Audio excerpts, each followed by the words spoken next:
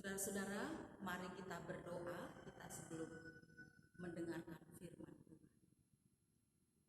Ya Allah Bapa kami, karuniakanlah kami Roh Kudus-Mu yang dapat memimpin kami untuk kami mendalami kebenaran firman-Mu dan melakukannya dalam hidup beriman kami. Amin.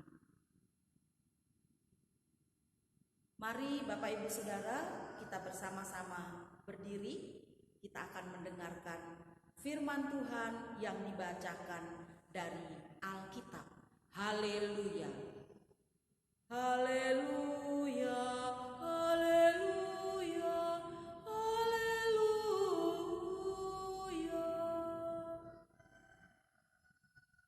Bacaan Alkitab kita hari ini dari Keluaran pasal 7. Keluaran pasal 7 ayatnya yang ke-7 sampai dengan ayat 13.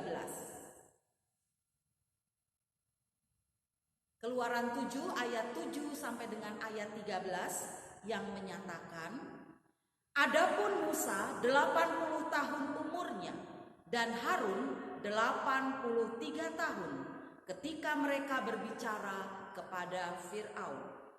Dan Tuhan berfirman kepada Musa dan Harun, apabila Fir'aun berkata kepada kamu, tunjukkanlah suatu mujizat, maka haruslah kau katakan kepada Harun, ambillah tongkatmu dan lemparkanlah itu di depan Harun, maka tongkat itu akan menjadi ular. Musa dan Harun pergi menghadap Fir'aun, lalu mereka berbuat seperti yang diperintahkan Tuhan. Harun melemparkan tongkatnya di depan Fir'aun dan para pegawainya, maka tongkat itu menjadi ular.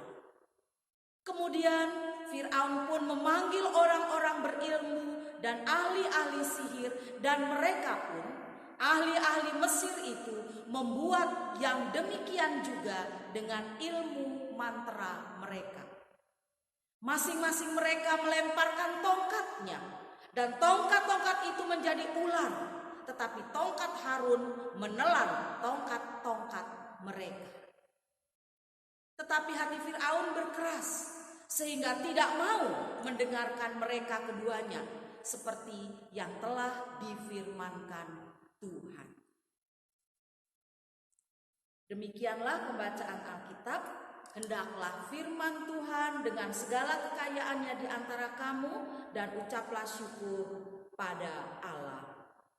Kepadamu puji-pujian, mada syukur dan segala kemuliaan, ya Bapa, Putra, Roh Kudus, sampai kekal abadi.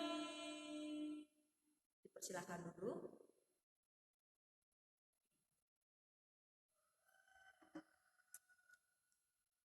Saudara-saudara yang dikasihi dan yang mengasihi Tuhan Yesus, saudara-saudara hafal apa tidak lagu Gita Bakti 22? Ya, silahkan yang di rumah ada bukunya Gita Bakti, boleh dibuka. Saya tunggu ya. Gita Bakti 22. Sudah? Coba dinyanyikan. Ada bapak, ibu, anak-anak, mungkin ada opung juga. Ada oma, opa, silahkan dinyanyiin Gita Bakti 22. Oke, kita sama-sama saja ya menyanyikannya ya. Besar dan ajaib segala karyamu, Allah yang maha kuasa, adil dan benar segala jalanmu, Raja segala bangsa. Siapa tak takut Tuhan, tak mengagungkan namamu, sebab hanya Kau yang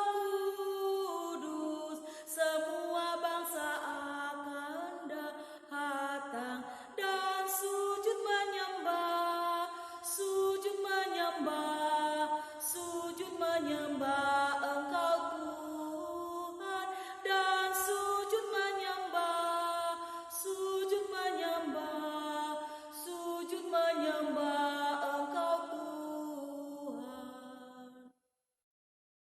Saudara-saudara, lagu tersebut menggambarkan betapa besar dan agung kuasa Tuhan itu. Betapa kudusnya Dia. Sehingga semua ciptaannya itu sujud menyembahnya. Bacaan kita hari ini memperlihatkan bagaimana Tuhan bekerja dengan caranya yang ajaib. Melampaui manusia dan keadaan. Sebagaimana diketahui, Israel berada dalam penindasan dan eksploitasi oleh Mesir. Mereka mengeluh, mereka berteriak minta tolong. Dan Tuhan tahu kondisi mereka dan Tuhan mendengar seruan mereka atau seruan umatnya. Dia bermaksud membebaskan umatnya dari perbudakan itu, Bapak Ibu Saudara. Lalu kemudian Tuhan mengutus Musa untuk memimpin pembebasan tersebut. Dan Harun, abangnya Musa atau kakaknya Musa juga diutus Tuhan untuk menopang pekerjaan Musa. Namun tugas yang dipercayakan kepada Musa ini bukan pekerjaan yang ringan. Atau bukan pekerjaan yang gampang. Untuk itu dia akan berhadapan dengan Fir'aun yang sewenang-wenang. Apalagi di sini Musa mempunyai masa lalu yang buruk ketika dia membunuh seorang Mesir yang menganiaya orang Israel. Selain itu, Musa juga punya kelemahan. Apa itu? Dia tak pandai bicara, peta lidah. Padahal untuk tugas yang berat seperti itu dibutuhkan orang-orang yang fasih dan pandai berbicara sehingga dapat meyakinkan orang dengan kata-katanya itu. Intinya bahwa tugas yang besar dan mulia itu adalah tugas yang memiliki tantangan yang ada di depannya. Seperti misalnya tantangan dari luar atau tantangan eksternal. Itu adalah dari Fir'aun dan orang Mesir yang bisa saja pada saat itu berbuat jahat dan berakibat fatal untuk Musa. Mereka bisa kehilangan nyawanya. Tetapi juga ada tantangan dari dalam, tantangan internal, yaitu kelemahan Musa sebagai seorang manusia. Nah, kedua kombinasi tantangan itu tadi yang kemudian membuat Musa merasa kecil. Dia merasa minder. Dia merasa dia tidak mampu untuk melakukan tugas yang Tuhan berikan kepadanya pada saat itu. Bahkan tugas itu begitu besar baginya. Itulah sebabnya Musa menolak tawaran Tuhan. Karena dia merasa dirinya tidak pantas. Dan dia tidak berani melakukan tugas yang mulia itu. Bacaan kita tadi atau teks kita tadi menceritakan tentang Musa dan Harun untuk kedua kalinya menghadap Fir'aun sebagaimana yang diperintahkan oleh Tuhan. Tujuan kedatangan Musa dan Harun sekali lagi untuk meminta kepada Fir'aun agar dia mau membiarkan bangsa Israel itu pergi meninggalkan Mesir.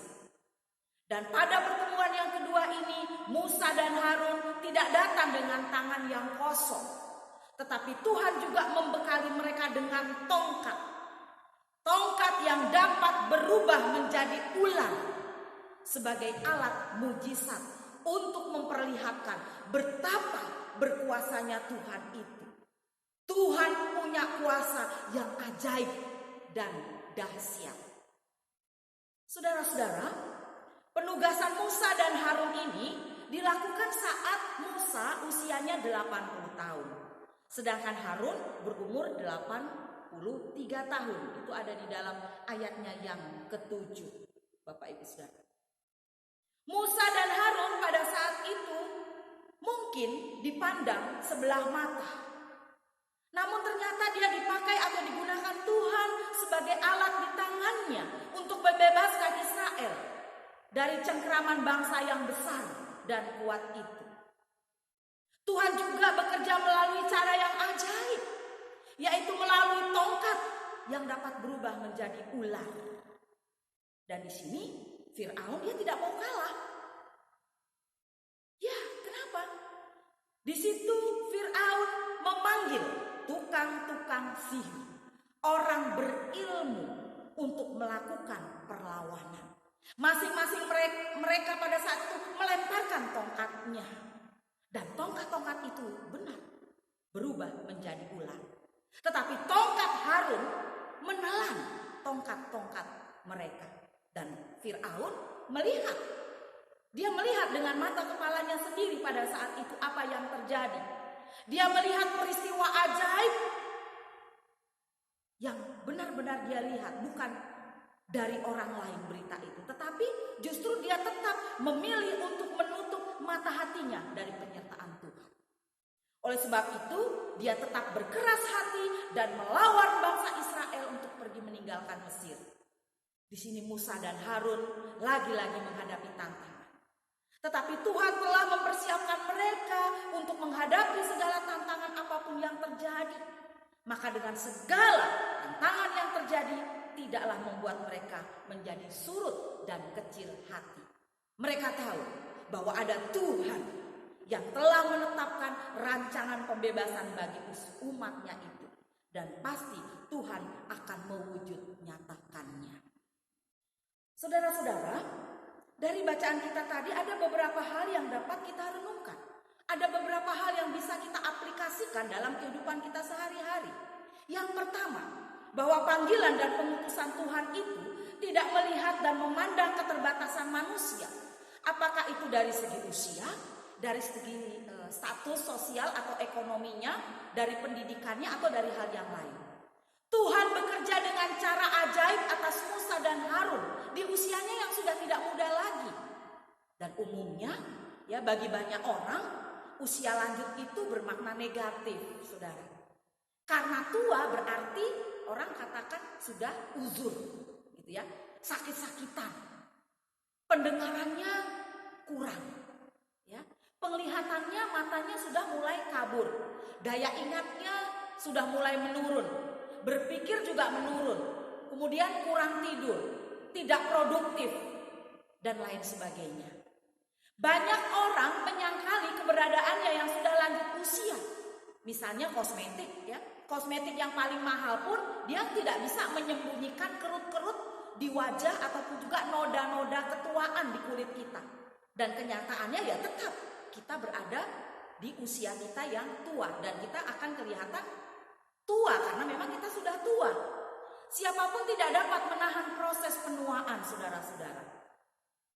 Banyak kebudayaan yang nampaknya lebih menghargai orang-orang muda kalau kita lihat ketimbang mereka yang sudah berusia lanjut. Tetapi bagi orang percaya kepada Tuhan, tidak perlu kita merasa lemah. Tidak perlu bahwa kita merasa tidak berguna lagi ketika kita sudah menjadi tua. Semakin tua, seharusnya kita semakin kokoh. Kita semakin kuat iman kita di dalam Tuhan Yesus Kristus. Mestinya kita bisa berkata seperti Rasul Paulus, meskipun manusia lahiriah kami semakin merosot, namun manusia batiniah kami dibaharui dari hari ke hari. Paulus sadar, saudara-saudara, dia sadar kelemahannya itu sebagai seorang manusia. Meskipun tubuhnya semakin lemah karena usianya, tetapi rohnya atau kehidupan rohaninya semakin kuat. Itu berarti Bapak Ibu Saudara yang dikasihi Allah dalam Tuhan kita Yesus Kristus. Meskipun kita usia semakin kuat, semakin tua maksud saya, semakin bertambah, semakin banyak, secara fisik juga sudah tua, tetapi kita harus tetap semangat. Kita harus lebih menjadi bersemangat dan secara rohani kita semakin dewasa. Jadi bapak-bapak, ibu-ibu yang di rumah ya yang sedang menyaksikan video ini, khotbah ini, kita nggak perlu minder. Kita nggak perlu merasa saya sudah tua, nggak berguna, nggak ada apa-apanya, jangan. Tetapi bagaimana di tengah usia kita yang sudah lanjut ini, kita masih tetap berkarya. Kita masih bisa tetap melayani Tuhan. Kita masih tetap bisa memberikan yang terbaik untuk Tuhan di sisa usia kita. Di berbagai acara ya, usia lanjut itu, atau kalau di GPIB Pelkat PKLU ya, semangat setiap ibadah, kegiatan-kegiatan, semangat luar biasa PKLU itu. Selain itu juga memuji nama Tuhan, ikut ambil bagian dalam paduan suara, semangat yang menyala-nyala. Benar seperti itu. Meskipun usia kita sudah renta, sudah banyak umur kita, tetapi semangat untuk melayani Tuhan itu harus tetap menyala-nyala. Kemudian yang kedua, melalui bacaan kita ini kita diajak untuk melihat betapa besar karya Tuhan. Mujizat Tuhan masih terjadi. Banyak mujizat Tuhan yang terjadi di tengah-tengah kehidupan kita yang kita rasakan. Dan itu tidak hanya terbatas pada hal-hal yang besar, hal-hal yang spektakuler. Adalah berkat besar jika Bapak Ibu Saudara masih bisa bernapas. Saat situasi seperti ini kita semua ada dalam rasa was-was yang mencekam, rasa ketakutan, dan lain sebagainya. Kita berdoa, dan berdoa. Tapi ketika malam tiba, kita berdoa, kita tidur. Kita tidak tahu apa yang terjadi. Tapi begitu besok pagi kita bisa lagi membuka mata kita. Kita bisa merasakan teriknya matahari. Kita bisa mendengar kicauan burung. Kita bisa merasakan semua itu. Kita bernapas lega. Kita bilang sama Tuhan, puji Tuhan. Hari ini Tuhan memberkati saya. Puji Tuhan, jika saya masih bisa bernapas tanpa menggunakan tabung oksigen, sehingga saya masih bisa dan akan beraktivitas hari ini. Adalah berkat yang besar jika kita juga masih bisa melihat anak-anak kita bertumbuh dengan sehat.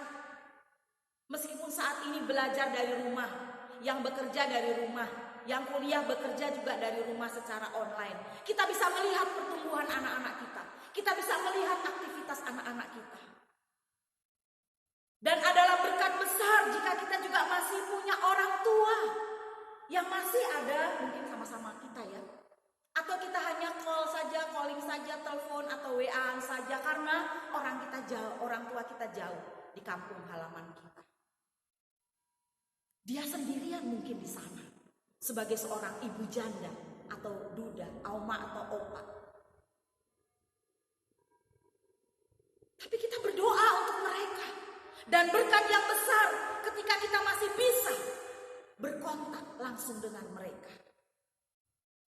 Dan adalah merupakan satu berkat yang besar juga ketika kita masih bisa merasakan perhatian dan kasih sayang yang diberikan oleh orang-orang yang ada di sekitar kita. Kita mensyukuri berkat Tuhan semua itu. Berkat-berkat Tuhan yang kelihatannya kecil, berkat-berkat Tuhan yang kelihatannya biasa-biasa saja, yang selalu kita syukuri akan menjadi sebuah gunung berkat. Kalau kita benar-benar merasakan dan mengalami itu. Dan dengan demikian kita akan merasakan sukacita yang luar biasa. Yang ketiga, melalui bacaan kita ini kita diajak untuk selalu mengandalkan hidup kita pada kuasa Tuhan yang jauh melebihi tantangan hidup yang kita alami. Kehidupan kita bisa saja menghadapi tantangan dan disinilah kita diingatkan untuk tidak lari dari tantangan. Kita diingatkan untuk tidak lari dari persoalan atau bahkan kita malah menjauh dari Tuhan dan permasalahan itu. Ada pepatah yang mengatakan demikian. Kita tidak dapat melarang seekor burung terbang di atas kepala kita. Tetapi kita dapat melarang burung itu bersarang di atas kepala kita. Pepatah ini tidak mengatakan bahwa kita tidak dapat menghindari datangnya persoalan kehidupan atau penderitaan atau bahkan pergumulan. Tetapi kita dapat menolak permasalahan atau penderitaan yang kita rasakan itu terus bersarang di dalam hati kita. Hati dan pikiran kita, jangan biarkan semua persoalan, penderitaan, dan pergumulan itu bersarang di dalam hati dan pikiran kita. Dan memang tidak ada seorang pun di dunia ini yang hidupnya tanpa masalah. Semua orang punya masalah, semua orang punya penderitaan, semua orang punya pergumulan. Persoalan hidup sudah menjadi bagian dari kita yang kita tidak bisa pisahkan. Hanya orang yang sudah meninggal, Bapak Ibu Saudara, yang tidak lagi bisa merasakan masalah dan beban kehidupannya. Tapi kita kan masih hidup. Artinya tantangan, masalah, dan pergumulan apapun itu selalu ada dalam kehidupan kita. Sekarang ini banyak orang yang mengalami tekanan jiwa karena berbagai tekanan masalah hidup yang dialaminya. Oleh sebab itu jangan heran apabila psikolog atau psikiater sekarang ini banyak dikunjungi oleh pasien. Dan tidak sedikit juga saudara-saudara orang yang mengambil jalan pintas untuk mengakhiri persoalan hidupnya itu. Semakin marak orang menggunakan pil ekstasi, pil koplo, ya, minuman keras, overdosis dan lain sebagainya. Karena apa? Itu tadi, dia tidak kuat menghadapi masalah kehidupan ini. Tapi kita sebagai orang percaya tentu tidak, kita akan dan selalu mengandalkan Tuhan. Di setiap persoalan, masalah, pergumulan, dan tantangan apapun itu. Betapapun berat ekonomi kita saat-saat kita menghadapi COVID-19 ini. Yang biasa keluar, ya, bekerja, saat ini tidak bisa bekerja, dia harus di rumah. Padahal kerjanya kerja paruh waktu atau pekerjaannya dia tidak menetap. Sedangkan pengeluaran di rumah banyak. Selain dia harus menyediakan makanan yang hari-hari ya, untuk pagi, siang, malam, dia harus menyediakan buah, vitamin-vitamin dan lain sebagainya. Berarti ada kebutuhan yang ekstra. Kalau 5 orang harus sediakan 5 orang. Vitaminnya ada 5, buahnya 5, makanannya orang katakan kan harus makanan sehat. Harus makanan sehat, makanan bergizi, istirahat yang banyak, menjaga jarak, kan seperti itu. Berjemur matahari 15 atau 20 menit. Itu yang dianjurkan oleh pemerintah dan kita menjalani itu semua.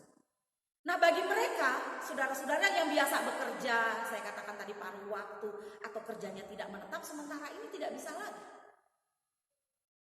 Tidak bisa lagi karena apa? Dibatasi. Mal-mal mungkin ada sebagian yang sudah ditutup, bahkan beberapa mal juga yang sudah mem-PHK karyawannya.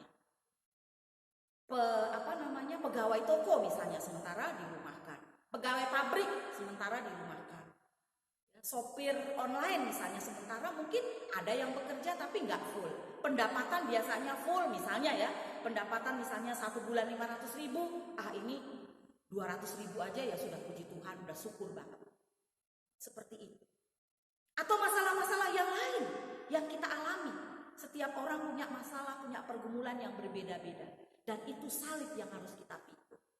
Tapi apakah ketika kita mengalami semua ini, seperti yang tadi di awal saya katakan, kita lari jauh dari Tuhan, lari menghindari persoalan itu? Kan tidak. Justru kita semakin mendekat kepada Tuhan. Berharap kepada Tuhan. Berdoa terus kepada Tuhan. Saya yakin dan percaya Tuhan tidak tinggal diam. Dia akan ikut dan campur tangan di setiap masalah-masalah dan pergumulan kita.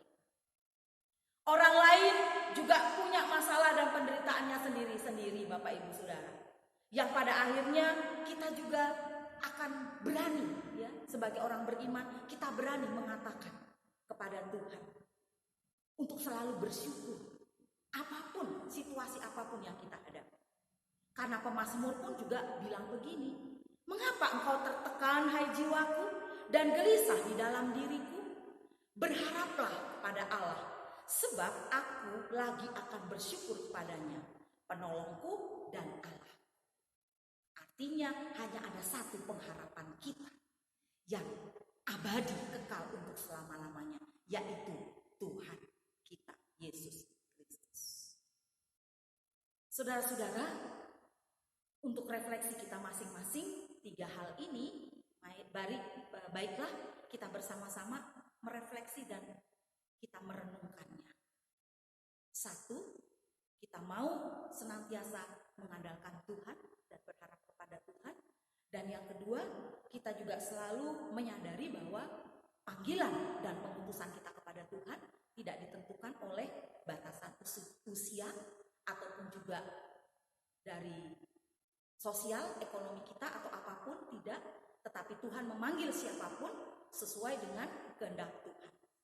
Dan juga yang kedua, kita harus melihat bahwa berkat Tuhan yang luar biasa dalam hidup kita itu selalu kita rasakan dari hari ke hari. Oleh sebab itu kita diajak untuk selalu bersyukur dan mengucap syukur. Amin. Saat teduh.